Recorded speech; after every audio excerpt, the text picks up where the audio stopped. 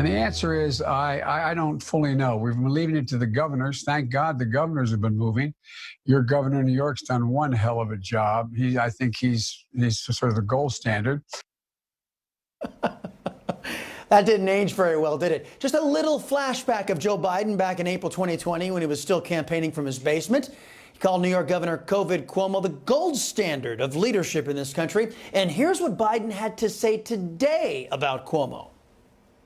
But you're someone who spends a lot of time with mayors and governors.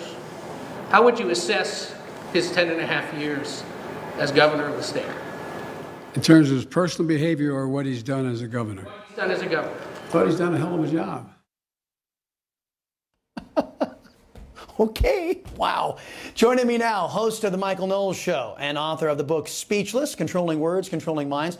Michael Knowles, also here to weigh in, former advisor to President Bill Clinton, author of The End of Democracy, Russia and China on the Rise, America in Retreat, and the newest analyst of Newsmax, Doug Schoen. Gentlemen, welcome. Michael, we'll start with you. You know, I really thought Cuomo was going to try to pull a Biden or a Northam on this. Were you surprised he stepped down? I actually was surprised as a native New Yorker that Andrew Cuomo did not survive this fight, too. He is one of the toughest politicians I have ever seen. This guy has been mired in scandal after scandal, many that were far more severe than the current sex scandal that theoretically took him down. I think, frankly, he lost his support among Democrats more because of the COVID mishandling than from the sex scandal. But it seems that Andrew Cuomo has run out of his 9 lives. I have to say that I actually agree with Joe Biden here.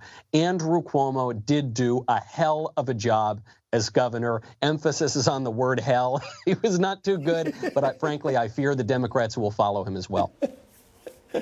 Doug, let me expand on this. You know, with Cuomo stepping down, other Democrat-run governors, Democrat governors in other states made similar choices that he did when it came to protecting our senior citizens from the China virus, including California's Gavin Newsom, Pennsylvania's Tom Wolf, Michigan's Gretchen Whitmer, and New Jersey's Phil Murphy. You know, as a Democrat strategist, how much of a sigh of relief do you think those governors are breathing tonight, knowing that if Cuomo's investigation comes back and it's damning of his actions, that they will not, their allies in the press will be able to bury this story and they won't get the blowback that they would normally get if Cuomo were actually serving?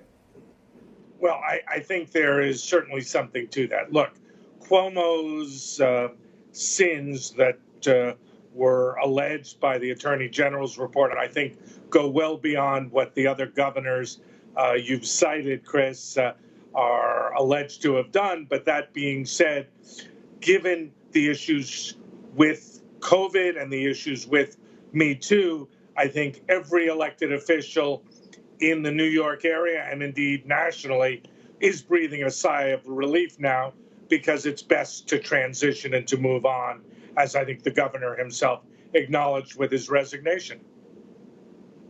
Right. And of course, the albatross that he would be as we start getting into the midterm season could be very, very problematic for Democrats. Michael, I want to turn to big tech tyranny. Georgia Congresswoman Marjorie Taylor Greene suspended again from Twitter, tweeting about the China virus vaccine. She's one strike away now being permanently banned, just like former President Trump is. So, Michael, where should conservatives focus in your view? Getting our own platforms where discourse is allowed, prosecuting big tech under antitrust violations and Section 230 reform, or just all of the above? Yes, my answer is yes. Well, what conservatives need to work on more broadly is attaining political power in the United States, because I think what the latest suspension of Marjorie Taylor Greene shows is that conservatives have very little, if any, political power. She's questioning the efficacy of the vaccines. Joe Biden and Kamala Harris both questioned the efficacy and the safety of the vaccines just a year ago when the vaccines were being developed under the Trump administration. They were not booted off of Twitter for that. The double standards go on and on. We could spend hours listing them. And of course, Marjorie Taylor Greene is a member of Congress. It doesn't matter. She has no political power. Donald Trump was the president of the United States. He had relatively no political power. He was booted out of the public square by a handful of billionaire oligarchs led by hipster Rasputin Jack Dorsey. And none of them had ever appeared on a ballot. No one ever voted for them. But they control the political order. And they're on the left and they're part of the liberal establishment. And I think conservatives need to work on getting a little political power themselves and actually wielding it. Yeah. You know, I get emails all the time about, you know, I was kicked off of Twitter, I was kicked off of Facebook, and I said, what the hell are you doing on those platforms? I go, don't you know they hate you? Doug, the ratings for the Summer Olympics, they came back and they were just abhorrent. Those Olympics more noteworthy for their hatred of America on display, and the wokeness, that was where the focus was rather than the sports. Is there a lesson for the Democrats who have now embraced the woke movement? What can they glean from this as they move into 2022?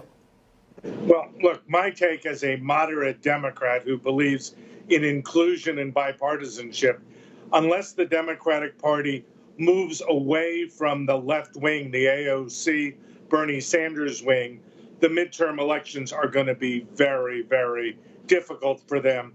I would urge my Democratic colleagues to take from the Olympics and from politics today that unless they stay in the center and don't move as far left as they have, that the midterms could be a rather cruel rebuke to the left and to woke politics.